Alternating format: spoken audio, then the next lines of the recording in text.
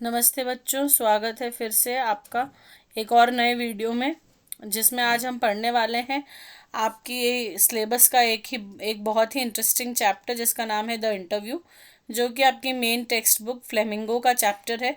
और इसे लिखा है क्रिस्टोफर सिल्वेस्टर ने। क्रिस्टोफर सिल्वेस्टर एक बहुत ही बड़े और बहुत ही जाने माने जर्नलिस्ट हैं जो इंग्लैंड को बिलोंग करते हैं, जो इंग्लैंड के रहने वाले हैं। और वहाँ रहते हुए उन्होंने बहुत सारी बड़ी बड़ी इंटरनेशनल मैगजीन्स के लिए काम किया और उसके लिए लिखा। बहुत सारी किताबें भी उन्होंने लिखी और ऐसी ही एक किताब से उनका ये कंपोज किया हुआ एक आर्टिकल या एक कंपोज की हुई उनकी कंपोजिशन आज हम यहाँ पढ़ने वाले हैं, जिसका नाम है द इंटरव्यू। ये पैंगविन बुक्स ऑफ इंटरव्यूज़ में से लिया गया एक छोटा सा हिस्सा है, जिसमें उन्होंने जब से इंटरव्यूज़ होना चालू हुए तब से लेकर और रीसेंट, मतलब जब ये बुक 1993 में पब्लिश हुई थी तब तक जो भी इंटरव्यूज़ को लेकर एक माहौल था, क्या लोगों का सोचना था, खास करके बड़े बड़े राइटर्स और सेलिब्रिटीज़ का इंटरव्यूज़ के बारे में क्या सोचना था, वो उन्होंने अपनी इस बुक में कलेक्ट किया था, एक कलेक्शन बनाया था। और इसी में से हम यहाँ पर उसी में से कुछ पार्ट्स, कुछ चीज़ें यहाँ पर पढ़ने वाले हैं। तो आप जानते हैं कि ये चैप्टर 2 पार्ट्स में डिवाइडेड है। तो इस वीडियो में हम चैप्टर का पहला पार्ट पढ़ेंगे, जहाँ पर क्रिस्टोफर सिल्वेस्टर ने बहुत बड़े बड़े इंटरनेशनल राइटर्स की पॉइंट ऑफ व्यू, उनका क्या सोचना था इंटरव्यूज़ को लेकर, कौन क्या कहता था, उनका क्या ओपिनियन था, वो उन्होंने इसमें बताया है। The interview, Sylvester states, has been an integral part of journalism for the last 130 years. तो हम जानते हैं कि कभी भी कोई भी जर्नलिज्म इंटरव्यू के बिना नहीं किया जा सकता। कोई जर्नलिस्ट अगर है तो उसका काम क्या है? ऑब्वियसली उसका काम है इंटरव्यू लेना, लोगों के इंटरव्यूज़ लेना, सेलिब्रिटीज़ के इंटरव्यूज़ लेना। तो पिछले 130 सालों से, यानी जब से इंटरव्यूज़ का जन्म हुआ तब से इंटरव्यूज़ जर्नलिज्म का एक बहुत ही इम्पोर्टेंट हिस्सा बना हुआ है। Any literate person would have read an interview at some point और द अदर। और हम सब ने ही किसी ना किसी मौके पर इंटरव्यूज़ पढ़े होंगे। यहाँ पर सिर्फ इंटरव्यूज़ पढ़ने की बात इसलिए हो रही है क्योंकि हम जिस समय की बात कर रहे हैं उस समय ज़्यादातर इंटरव्यूज़ प्रिंट हुआ करते थे, यानी तब न्यूज़पेपर्स, मैगजीन्स यही ज़्यादा चला करते थे। तब इतना सोशल मीडिया या इतने टेलीविजन्स पॉपुलर नहीं हुआ करते थे। तो इंटरव्यूज़ जो हैं वो जनरली मैगजीन्स और न्यूज़पेपर्स में पढ़े ही जाते थे। इसीलिए राइटर भी यहाँ पर लिख रहे हैं कि वो इंसान जो पढ़ना लिखना जानता है, लिटरेट यानी कि वो इंसान जो पढ़ना लिखना जानता है, तो हर वो इंसान जो लिटरेट है उसने कभी ना कभी अपनी ज़िंदगी में कोई ना कोई इंटरव्यू ज़रूर होगा। While some people claim that an interview is an art form and a credible source of truth, celebrities often consider it as an invasion of their privacy. तो बहुत से लोग जिनके हिसाब से इंटरव्यू लेना एक कला है, इंटरव्यू हर कोई नहीं ले सकता है क्योंकि बहुत सोच समझ कर आपको सवाल पूछने पड़ते हैं, बहुत आपके पास कम समय होता है इंटरव्यू लेने के लिए, उसमें आप ज़्यादा से ज़्यादा इन्फॉर्मेशन सामने वाले से जानना चाहते हैं। तो बहुत स्मार्टली आपको अपने इंटरव्यू को डिज़ाइन करना पड़ता है, बहुत आपको स्मार्टली ये डिसाइड करना पड़ता है कि आप क्या क्या चीज़ें पूछना चाहते हैं। और लोगों का ये मानना है कि ये एक सच जानने का सबसे अच्छा तरीका है, क्रेडिबल यानी बहुत ही प्योर तरीका है। यानी कि इंटरव्यूज़ की मदद से हमें जो भी इंफॉर्मेशन मिलती है, हम उस इंफॉर्मेशन के ऊपर डाउट नहीं कर सकते, वो इंफॉर्मेशन पूरी तरीके से सही होती है। पर जो सेलिब्रिटीज़ हैं, यानी जो बहुत बड़ी बड़ी फेमस पर्सनालिटीज़ हैं जो इन इंटरव्यूज़ को देते हैं, उनके हिसाब से ये इंटरव्यूज़ उनकी प्राइवेट लाइफ में एक तरीके की दखल अंदाजी है। इन्वेजन यानी कि एक तरीके का उनकी लाइफ में हमला है जो उनको पसंद नहीं आता। क्योंकि कई बार हम देखते हैं, आज खास करके अगर हम आज के समय में इंटरव्यूज़ की अगर बात करें तो सेलिब्रिटीज़ से जिस तरीके की बातें कभी कभी पूछी जाती हैं, जिस तरीके की चीज़ें कभी कभी पूछी जाती हैं, ज़रूरी नहीं है कि वो उन चीज़ों को बताना चाहते हैं, वो इन चीज़ों के बारे में बात करना चाहते हैं। तो ये ऐसा नहीं है कि ये आज ही होता था, आज शायद थोड़ा ज़्यादा होता है, पर पहले के समय में भी जब इंटरव्यूज़ किसी सेलिब्रिटी के लिए जाते थे या लोगों को इंटरव्यूज़ देने के लिए कहा जाता था, तो वो ये मानते थे कि इंटरव्यूज़ कहीं ना कहीं उनकी प्राइवेट लाइफ में और उनकी प्राइवेसी यानी उनकी निजी जो ज़िंदगी है और उनका जो निजी समय है उसके अंदर कहीं ना कहीं एक तरीके का ये दखल अंदाजी है, एक तरीके की इंटरफेरेंस है. This might be because these celebrities feel that interviews often treat them unjustly. ये ऐसा इसलिए भी होता है क्योंकि बहुत सी बार सेलिब्रिटीज़ को ये लगता है कि इंटरव्यूज़ लेते समय उनको सही तरीके से ट्रीट नहीं किया गया. ट्रीट यानी कि उनसे जो सवाल पूछे जाते हैं अधिकतर इंटरव्यूज़ में या कभी कभी जो इंटरव्यूज़ में उनसे सवाल पूछे जाते हैं वो सही नहीं होते हैं, है ना. ज़रूरी नहीं है कि हर वो चीज़ जो आप किसी सेलिब्रिटी की लाइफ के बारे में जानना चाहते हैं या लोग जो जानना चाहते हैं, सेलिब्रिटी अपनी लाइफ के बारे में वो बातें आपको बताना चाहता है या वो बातें वो दुनिया को बताना चाहता है. तो कई बार उन्हें ऐसा लगता है कि उनकी इन भावनाओं का ख्याल नहीं रखा जाता इंटरव्यू लेते समय, इसीलिए बहुत सी बार सेलिब्रिटीज़ को इंटरव्यूज़ देना पसंद नहीं आता है. Some primitive cultures believe that a photograph takes away the soul of its subject.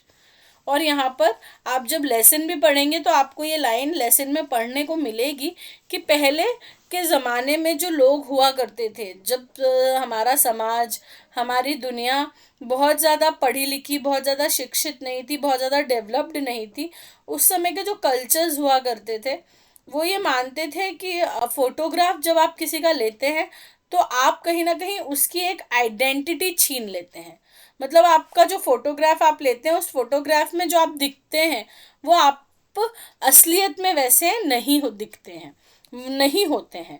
तो लोगों का भी ये मानना है कि जब इंटरव्यूज़ लिए जाते हैं, जब इंटरव्यू किसी का छपकर बाहर आता है तो बहुत सी बार उसमें कुछ बातें ऐसी होती हैं जो शायद इंटरव्यू देने वाले के हिसाब से सही नहीं थी, या बहुत सी बार वो कुछ चीज़ें ऐसी बोल देते हैं जिन पे शायद वो खुद ही भरोसा नहीं करते, पर क्योंकि लोगों को सुनने में अच्छी लगेंगी, लोगों को पसंद आएंगी या लोग ये सब चीज़ें सुनना चाहते हैं, बहुत सी बार वो सारी बातें इंटरव्यूज़ में पूछी भी जाती हैं और कही भी जाती हैं.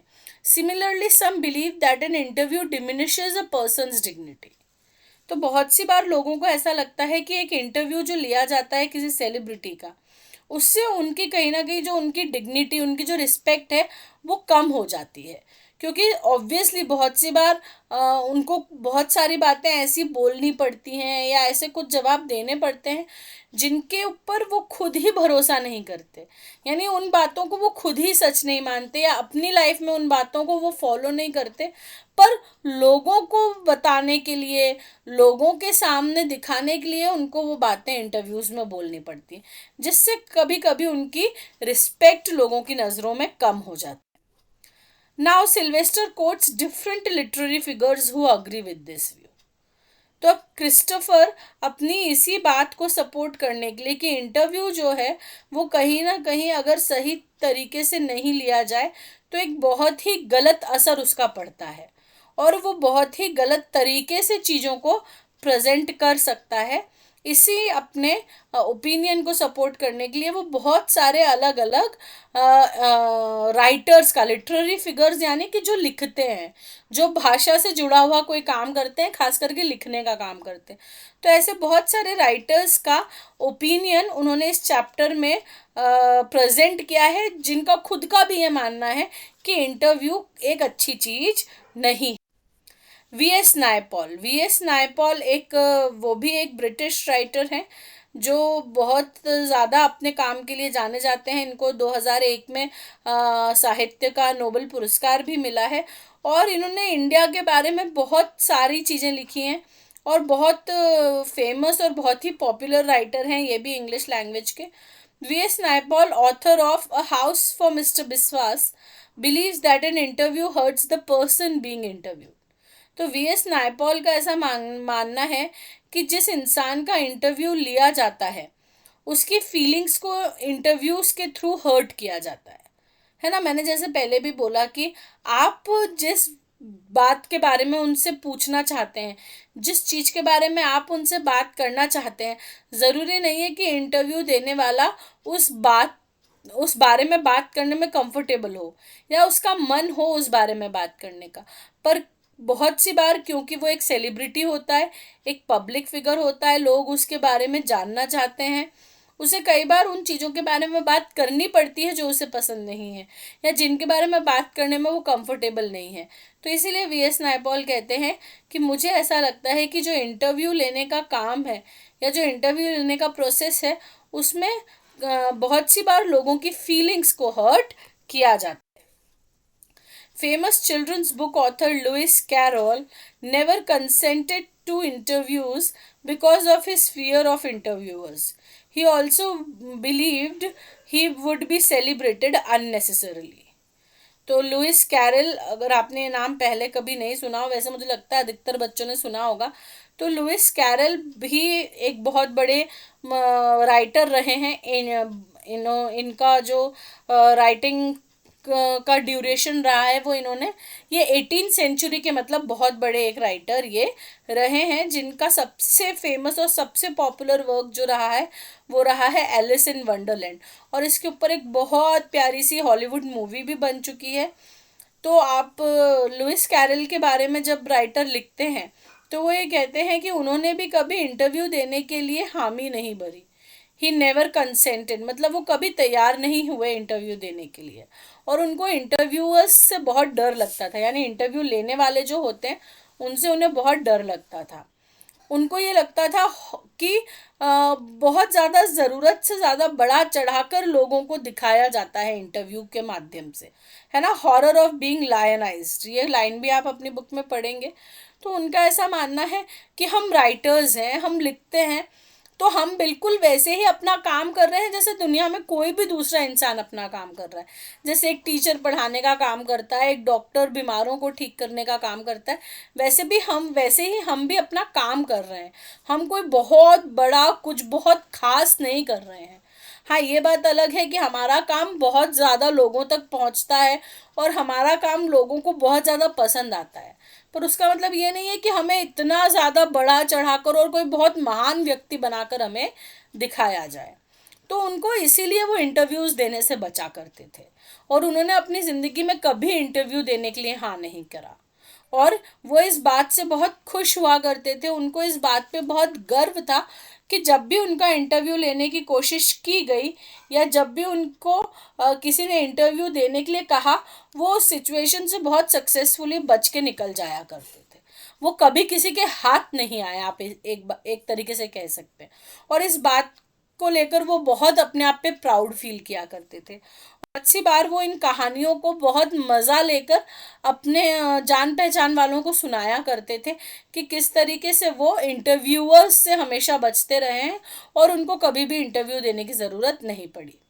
अब अगले राइटर जिनकी ओपिनियन सिल्वेस्टर ने इस चैप्टर में, इस पोर्शन में दी है, वो है रुडयार्ड किपलिंग। रुडयार्ड किपलिंग का तो मैं मान नहीं सकती कि आपने नाम नहीं सुना होगा, फिर भी अगर आपने नहीं सुना है तो मैं बता देती हूँ। रुडयार्ड किपलिंग बच्चों की सबसे फेवरेट सीरीज़ के राइटर हैं, जिसे हम जंगल बुक के नाम से जानते हैं, या अगर मैं आपको बहुत ही आम भाषा में समझाऊं तो मोगली की कहानी जो हम जंगल बुक के रूप में देखते हैं, डिज्नी ने अभी हाल ही में उस पर कुछ साल पहले बहुत ही अच्छी एक पिक्चर बनाई थी।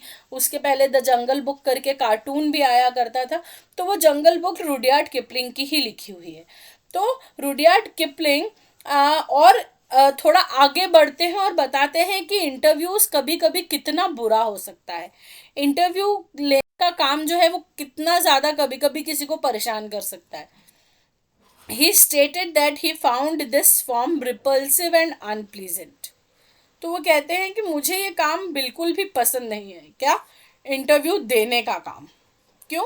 क्योंकि एक तो ये काम उनको बहुत ही बुरा लगता है, उनको इंटरव्यूज़ देने में कभी कोई खुशी नहीं मिलती, और वो इसको एक ऐसा काम मानते हैं जिससे वो हमेशा दूर ही रहना चाहते हैं।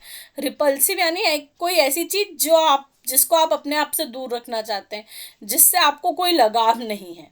और अनप्लेजेंट यानी जो आपको परेशान करे, जो आपको किसी तरह की कोई खुशी ना दे।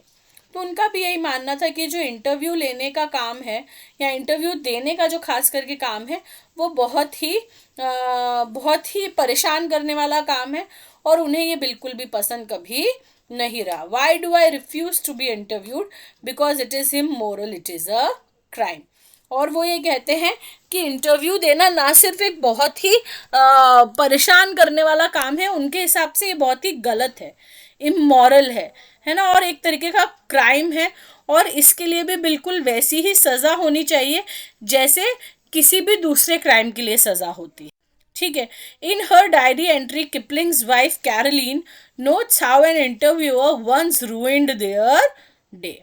इवन उनकी वाइफ ने भी अपनी डायरी में 1892 में जब एक एंट्री उनकी है, उनकी वाइफ की डायरी में, जिसमें वो लिखती हैं कि किस तरीके से बॉस्टन से आए हुए दो इंटरव्यूअर्स ने एक बार उनका और उनके हस्बैंड यानी रुडयार्ड किपलिंग का पूरा दिन बर्बाद कर दिया था.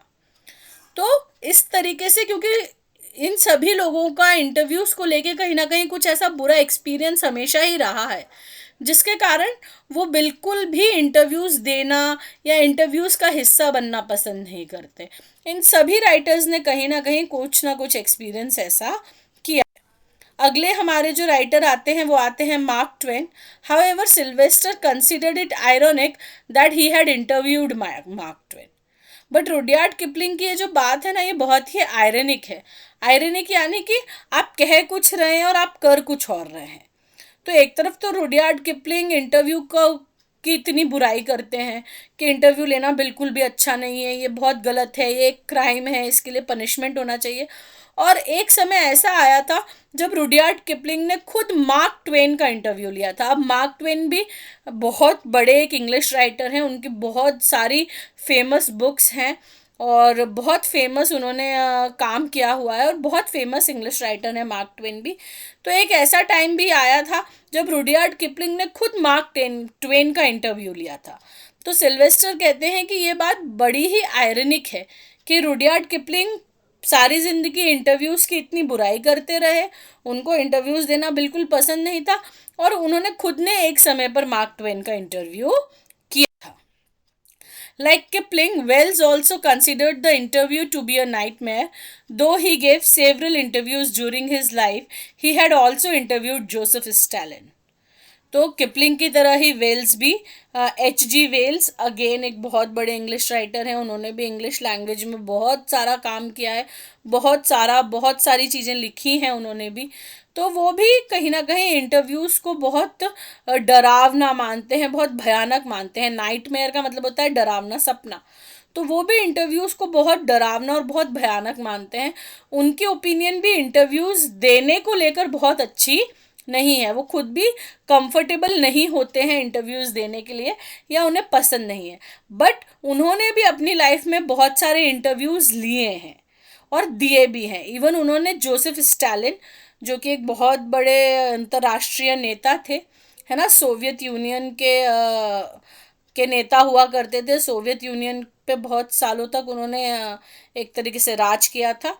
तो एक समय ऐसा भी था कि जब H.G. वेल्स ने जोसेफ स्टालिन जैसे इतने बड़े अंतर्राष्ट्रीय नेता के, इतने बड़े इंटरनेशनल लीडर का उन्होंने इंटरव्यू लिया था. अपनी लाइफ में उन्होंने इंटरव्यूज़ दिए भी बहुत, पर फिर भी कहीं ना कहीं वो इंटरव्यूज़ को पसंद कम किया करते थे. Finally, Sylvester outlines noted playwright and novelist Saul Bellow's opinion. Bellow said that he felt suffocated by interviews, like thumbprints on my windpipe.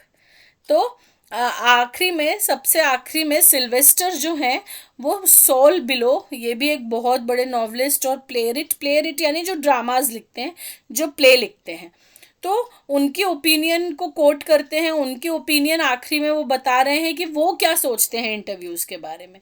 तो इतने सारे राइटर्स, आपके रुडयार्ड किपलिंग हो गए, H.G. वेल्स हो गए, V.S. नायपॉल हो गए, है ना, आप लुइस कैरल हो गए. तो इतने सारे अलग अलग राइटर्स की ओपिनियन लिखने के बाद सबसे आखिरी में वो सॉल बिलो के बारे में लिखते हैं, जो ये कहते हैं कि इंटरव्यूज़ देते समय मुझे बहुत घुटन महसूस होती है. सफोकेटेड मतलब घुटन महसूस करना, मुझे बहुत घुटन महसूस होती है. Like thumb prints on my wind pipe. Wind pipe मतलब जिस पाइप से हमें सांस, मतलब जो हमारी सांस नली होती है जिससे हम सांस लेते हैं। तो उनका उनका कहना है कि जब मैं इंटरव्यूज़ देता हूँ मुझे ऐसा लगता है जैसे किसी ने अपने अंगूठे से मेरे सांस की नली दबा दी है, मतलब मेरा मेरा गला चोक कर दिया और मैं सांस नहीं ले पा रहा हूँ। अब इससे उनका क्या मतलब है? इससे उनका ये मतलब है कि कई बार क्या होता है, जब हम इंटरव्यूज़ देते हैं तो जो इंटरव्यू लेने वाला इंसान है वो हमसे कुछ स्पेसिफिक तरीके के आंसर्स की उम्मीद करता है। वो नहीं चाहता कि हम वो चीज़ें बोलें जो हम सच में मानते हैं या जिनको हम सच में विश्वास करते हैं। वो उन चीज़ों को सुनना चाहता है जो लोगों को पसंद आएगी, जो एंटरटेनिंग लगेंगी, जो सेंशनलाइज हो सकती हैं, जिनके ऊपर बहुत मिर्च मसाला लगाकर जिनको प्रेजेंट किया जा सकता है। तो बहुत सी बार क्या होता है कि इंटरव्यू देने वाले को इंटरव्यू लेने वाले के हिसाब से बात करना पड़ता है, जो वो सुनना चाहता है, जो उसको लगता है कि जनता को अच्छा लगेगा।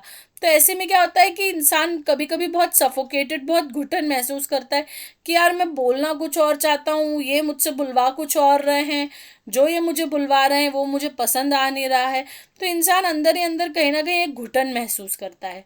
और ये लाइन बहुत इंपॉर्टेंट है, like thumbprints on my windpipe. इस पे क्वेश्चन आता है एग्जाम में कि what do you understand by the phrase. आप इस फ्रेज से क्या समझते हैं, इस लाइन से क्या समझते हैं, या सोल बिलो का इस लाइन में क्या कहने का मतलब था, या राइटर ने इस लाइन को क्यों अपने उसमें यूज़ किया है।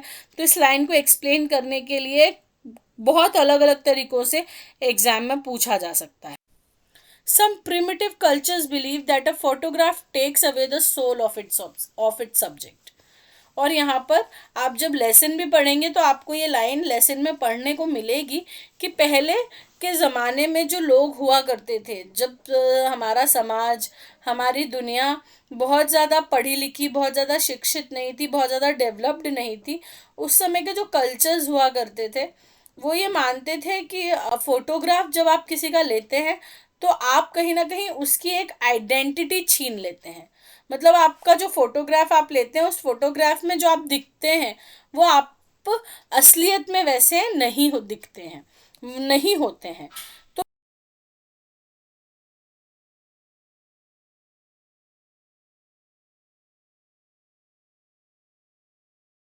इनका almost every almost everything of movement reaches us through one man asking questions of another. अब आखिरी में वो जो पार्ट 1 है इस चैप्टर का, उसको एंड करते हैं सिल्वेस्टर, और वो ये कहते हैं डेनिस ब्राइन के शब्दों को यूज़ करके कि इंटरव्यू एक ऐसा माध्यम है जिसके ज़रिए हम सब कुछ जान सकते हैं, जिसमें एक इंसान सारी चीज़ें पूछ रहा है, बहुत सारे सवाल पूछ रहा है, और उसके सवालों के ज़रिए हमको दुनिया भर की जानकारियाँ मिल रही हैं। The essay ends with a comment by Dennis Bryan, who believed in the usefulness of the interview and as such the influence of the interviewer. तो इंटरव्यूज़ को लेकर इतनी सारी नेगेटिव ओपिनियन लिखने के बाद सिल्वेस्टर जो हैं वो आखिरी में एक बहुत ही पॉजिटिव ओपिनियन भी लिखते हैं इंटरव्यू के बारे में, जो कि डेनिस ब्राइन की है, जो ये कहते हैं कि एक ही इंसान के ज़रिए हम दुनिया भर की बहुत सारी बातें जान सकते हैं। तो यहाँ पर वो इंटरव्यू का भी एक पॉजिटिव नज़रिया हमें दिखा रहे हैं, और एक इंटरव्यू लेने वाला कितना इम्पोर्टेंट होता है, उसका कितना ज़रूरी एक रोल होता है, वो भी हमें समझाते हैं कि उसके पूछे हुए क्वेश्चंस के थ्रू ही तो हमें इतनी सारी इन्फॉर्मेशन मिलती है, हम सब कुछ जान पाते हैं दुनिया के बारे में। तो इस तरीके से आखिरी में क्रिस्टोफर सिल्वेस्टर ने इंटरव्यूज़ को लेकर एक बहुत ही अच्छा और पॉजिटिव नज़रिया अपने इस आर्टिकल में पेश किया है, और ये बताया है कि किस तरीके से इंटरव्यू कम्युनिकेशन का, इंफॉर्मेशन गैदरिंग का, यानी जानकारी इकट्ठी करने का एक बहुत अच्छा माध्यम, एक बहुत अच्छा मीडियम बन सकता है। तो ये पार्ट 1 आपका आज यहीं ख़त्म होता है, ये वीडियो भी आपका यहीं ख़त्म होता है। अगले वीडियो में हम इसका पार्ट 2 कवर करेंगे, जो कि आपके चैप्टर का भी पार्ट 2 है।